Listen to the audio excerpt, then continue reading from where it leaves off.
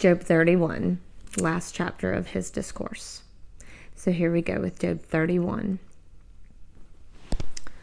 I made a covenant with my eyes not to look lustfully at a girl.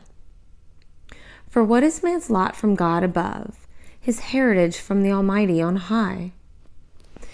Is it not ruin for the wicked, disaster for those who do wrong? Does he not see my ways and count my every step? If I have walked in falsehood, or my foot has hurried after deceit, let God weigh me in honest scales, and he will know that I am blameless.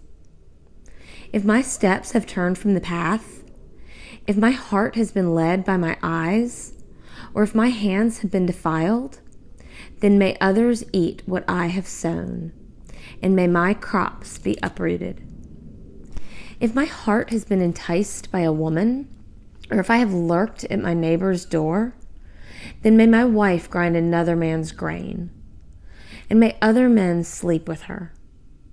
For that would have been a shameful sin to be judged. It is a fire that burns to destruction. It would have uprooted my harvest. If I have denied justice to my menservants or maidservants, when they have a grievance against me, what will I do when God confronts me? What will I answer when called to account? Did not he who made me in the womb make them? Did not the same one form us both within our mothers? If I have denied the desires of the poor, or let the eyes of the widow grow weary, if I have kept my bread to myself, not sharing with the fatherless, but from my youth I reared him as a father, and from my birth I guided the widow, if I have seen anyone perishing for lack of clothing, or a needy man go without a garment, and his heart did not bless me for warming him with the fleece from my sheep, if I have raised my hand against the fatherless, knowing that I had influence in court, then let my arm fall from the shoulder. Let it be broken off at the joint. For I dreaded destruction from God, and for fear of his splendor I could not do such things.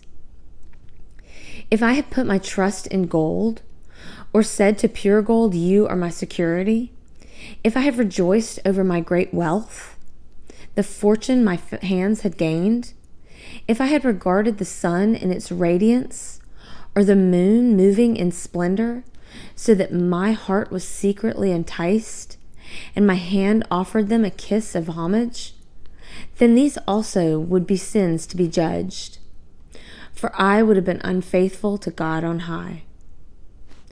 If I have rejoiced at my enemy's misfortune, or gloated over the trouble that came to him, I have not allowed my mouth to sin by invoking a curse against his life. If the men of my household have never said, who has not had his fill of Job's meat? But no stranger had to spend the night in the street, for my door was always open to the traveler.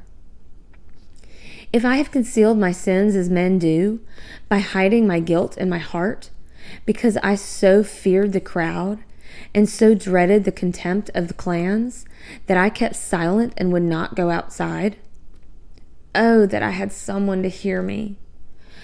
I sign now my defense. Let the Almighty answer me. Let my accuser be put his indictment in writing. Surely I would wear it on my shoulder.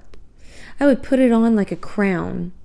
I would give him an account of my every step. Like a prince, I would approach him. If my land cries out against me, and all furrows are wet with tears, if I have devoured its yield without payment or broken the spirit of its tenants, then let briars come up instead of wheat, and weeds instead of barley. The words of Job are ended. God bless the reading and hearing of his word. Amen.